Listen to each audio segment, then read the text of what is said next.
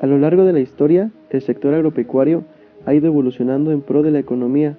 Su importancia radica en la capacidad de generar elementos alimenticios de primera necesidad, así como materia prima y fuentes de empleo, siendo clave para el desarrollo de los sectores productivos de la economía.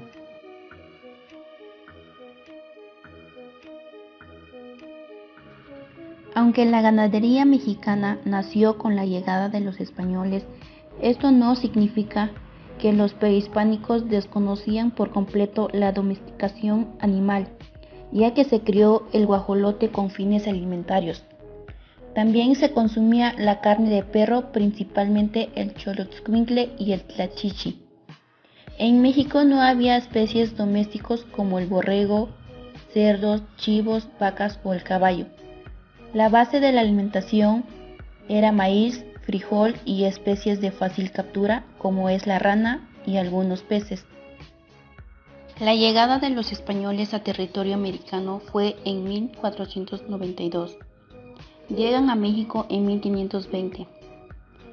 En 1519, Hernán Cortés introdujo los primeros animales domésticos a territorio mexicano, cuando desembarcaron en las islas de San Juan de Ulúa en Veracruz.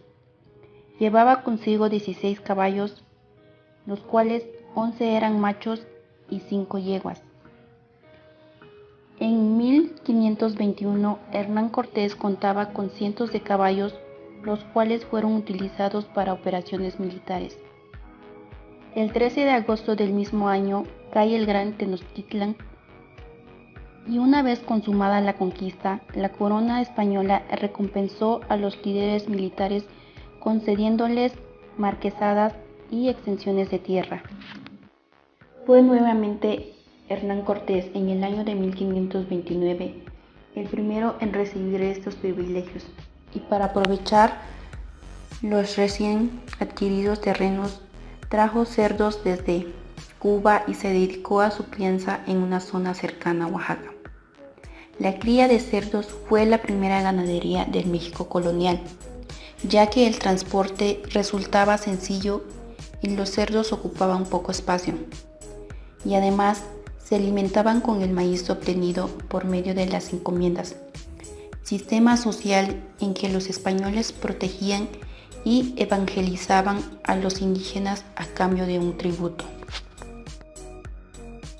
La llegada española implicó una mezcla de culturas y formas de producción, donde la ganadería novohispana sería un sector que mayor transformación experimentó. En 1525 hubo una reproducción masiva de ganado vacuno que creció como plaga sin depredadores. Así como el nacimiento de la ganadería trajo consigo alimento y productos para la población. El uso de los animales de carga desempeñó un papel fundamental en el desarrollo de la minería y el comercio agrícola, sustituyendo altamente al indio cargador. Todos los animales que fueron traídos a la Nueva España llegaron desde las Antillas. Se intercambió una res por cada 80 indios. Donde había minas se estableció el sector ganadero. En la primera mitad del siglo XVI, un número cada vez mayor de personas se dedicaban a las tareas pecuarias, incluidas la avicultura, el cultivo del gusano de seda y el de la grana cochinilla. Uno de los aspectos negativos que generó este desarrollo fue que se implantó la ganadería extensiva, método que duró hasta el siglo XX, despojando así a los indígenas de sus tierras para fines ganaderos, y estos se incorporaron como peones. Había una legislación indiana que prohibía con pena de muerte que los indígenas montaran a caballo, y tardó años en ser revocado el decreto. Los caballos pastaban a libertad y tenían que lazarlos, jinetearlos y amansarlos. La monta era indispensable para controlar el ganado. Ante esto, Antonio de Mendoza, primer virrey de la Nueva España, se vio obligado a permitir la monta a caballo a indígenas, y fue así como nació la charrería. Otra de las costumbres fue la lidia de reses, la cual se celebraba en ruedos temporales como forma de festejo. Durante 2 siglos, la fiesta brava gozó de gran aceptación en todos los sectores sociales. Sin embargo, cuando un grupo disfrutaba la lidia, otro sector estaba a punto de manifestarse en contra de la dominación española. La Guerra de Independencia daría origen a un país libre. México pasó a la vida independiente en 1821, con unas expectativas inmensas sobre su legendaria riqueza. La guerra había sido cruenta y provocó que muchas industrias, entre ellas la ganadería, decayera enormemente debido a los frecuentes enfrentamientos armados, que fue la Guerra de Independencia. Esto significó gastos, daños y, por supuesto, pérdida de vidas humanas, que sería lo más grave, pero en el caso de la ganadería sí se vieron afectados los rebaños ganaderos para alimentar a toda la gente. Poco a poco la actividad pecuaria se fue recobrando entre la gente del campo. Surge el primer manual de ganadería, casi a mediados del siglo XIX. Es un excelente documento histórico, ya no solo es interés económico, sino que hay una especialización. La gente que tenía ganado empezaban a especializarse para proveer carne, lana, leche. El país comenzó a pacificarse paulatinamente, lo que permitió la construcción de infraestructura en comunicaciones. Hacia finales del siglo, el ferrocarril integró el mercado interno, en que la ganadería encontró una importante plataforma de crecimiento. El general Porfirio Díaz tomó un interés muy particular en su gobierno. Creó una secretaría que se dedica precisamente a fomentar la ganadería. Sería el origen del asadero. La última década del siglo XIX fue un tiempo de bonanza. La estabilidad económica utilizaba préstamos de la banca extranjera, lo que permitió acrecentar la importación de pastos mejorados. Se empezaron a traer razas especializadas como el cebú, que se adapta a altas temperaturas y a la humedad del trópico, y la raza Hereford, originaria de Inglaterra, una de las productoras de carne más importantes del mundo. Las búsquedas por mejorar la calidad genética de los futuros animales originó que en 1893 se celebrara la primera exposición ganadera en la Ciudad de México. Este tiene el propósito de exhibir a los mejores sementales para aportar opciones a la ganadería. Para 1902 había más de 10 millones de bovinos y en 1910 explotó la revolución. La ganadería sería uno de los sectores claves de este movimiento, aunque también uno de los más afectados. Se perdió más del 80% del inventario ganadero de aquel entonces. Todo aquello que se había logrado, todo desapareció. Fue a principios de 1920 que el país recuperó la calma y se inició la reconstrucción nacional. Lázaro Cárdenas llegó en 1934 con una política, impulsó la reforma agraria y con esta la expropiación de terrenos particulares. A partir de la ley agraria, si se cultivaba dentro del rancho, esa tierra podía tener vocación agrícola.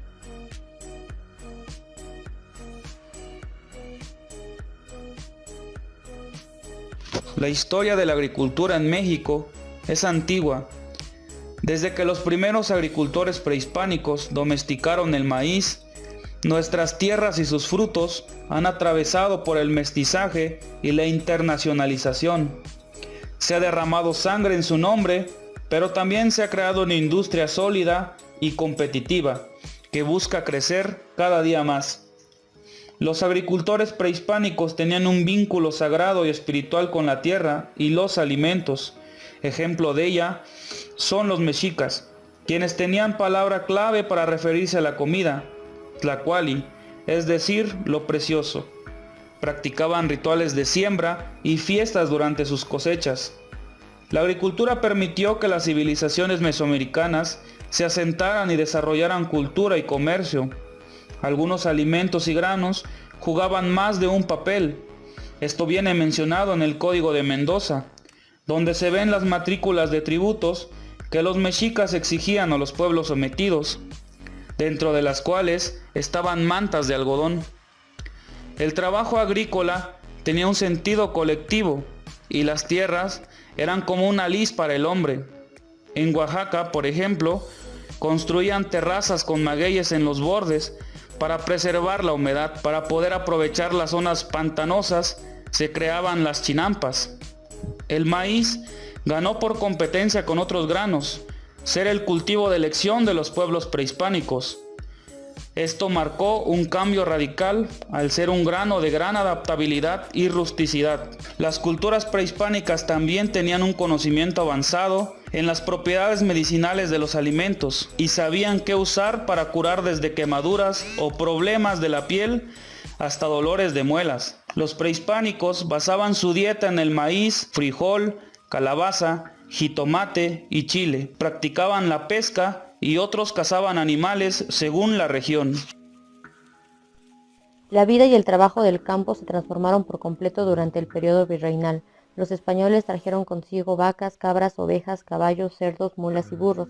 La introducción del uso del arado impulsada por la fuerza animal redujo los tiempos de producción agrícola y marcó la transición de la cultura prehispánica a la nuevo-hispana. Muy pronto la Nueva España destacaría en el comercio internacional y sería fundamental para los intereses económicos de la corona.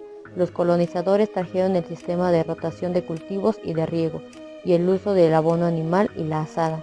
En este periodo comenzó a gestarse la estructura agraria que predominaría por varios siglos. Por un lado, a partir de las mercedes de tierra concedidas por los virreyes surgió la hacienda. Al principio los indígenas cuidaron celosamente sus tierras y aunque no se las quitaron, tenían que pagar un tributo en especie agrícolas o con servicios a los españoles bajo el sistema llamado encomienda. Después de grandes epidemias que azotaron el territorio novohispano, la población indígena llegó a su índice más bajo y muchas tierras quedaron sin dueño. Otras se vendieron a los españoles. Para el siglo XVII, más de la mitad del área agrícola y pastoral estaba en manos de hacendados. La producción variaba dependiendo de la región. En Hidalgo y Tlaxcala se producía pulque y había cultivos de maguey, maíz, trigo, cebada y frijol. En Guadalajara las haciendas eran las principales abastecedoras de granos de la zona en las regiones del norte de México. En 1688 y 1765 la producción agrícola virreinal fue clave para el Imperio Español. Para 1810, año en que inicia la gesta independista, había en la Nueva España 32 ciudades y 4.000 haciendas. La independencia no trajo consigo un cambio importante en el campo mexicano, que se continuó rigiendo bajo los mismos sistemas que tuvo en el virreinato. En 1821 y 1836, el país cruzaba por una época turbulenta que no permitió acciones concretas para modificar la estructura agraria. La gran reforma las hicieron los gobiernos liberales. Ni la iglesia ni las comunidades indígenas tendrían tierras. Estas reformas propiciaron el crecimiento de ranchos y haciendas. Para finales del siglo XIX, la inversión extranjera, la expansión del mercado mundial y la llegada del ferrocarril a México permitieron el surgimiento de nuevas formas de comercialización. México se volvió proveedor de materias primas, minerales y productos agropecuarios al exterior. A principios del siglo XX, 7 de cada 10 mexicanos estaban vinculados con el campo. Sin embargo, las compañías deslindadoras, en su mayoría extranjeras, habían favorecido que las tierras quedaran en manos de hacendados y rancheros. Para 1910 había 8.000 haciendas en el país. Algunas de ellas eran extremadamente productoras, como las algodoneras de la zona de la Laguna o las de Yucatán, que cambiaron su producción de maíz a henequén y llegaron a producir el 90% de las exportaciones mundiales de esta fibra. Gran parte de la riqueza generada por la bonanza en exportaciones se invertía en tecnología. Morelos, Veracruz, Tabasco, la península yucateca apostaba por atraer modernidad a su industria. Además, el ferrocarril fue un elemento clave para el crecimiento industrial. Los ingenios azucareros habían progresado notablemente durante el Porfiriato. Este pequeño cambio alimenticio aumentó la demanda de azúcar y harina, lo que abría el mercado interno y externo para el café, vainilla y cacao. Sin embargo, la situación no era igual de dulce para todos. Durante la etapa de la Revolución Mexicana, surgió el artículo 27 de la Constitución Política de 1917, donde otorgaba a la nación la soberanía sobre la tierra y aguas territoriales. Se creó lo que era la propiedad privada y el reparto de ejidos a los pueblos. Los productos del subsuelo eran propiedad de la nación. En 1917, para los revolucionarios fue el año de la Constitución Política. Para el resto de la población fue el año del hambre. Posterior a la revolución se comienza con lo que es la reforma agraria, donde hubo reparto de tierras ejidales, se eliminó el poder de los terratenientes y en 1923 se reformó en Veracruz la Liga de Comunidades Agrarias.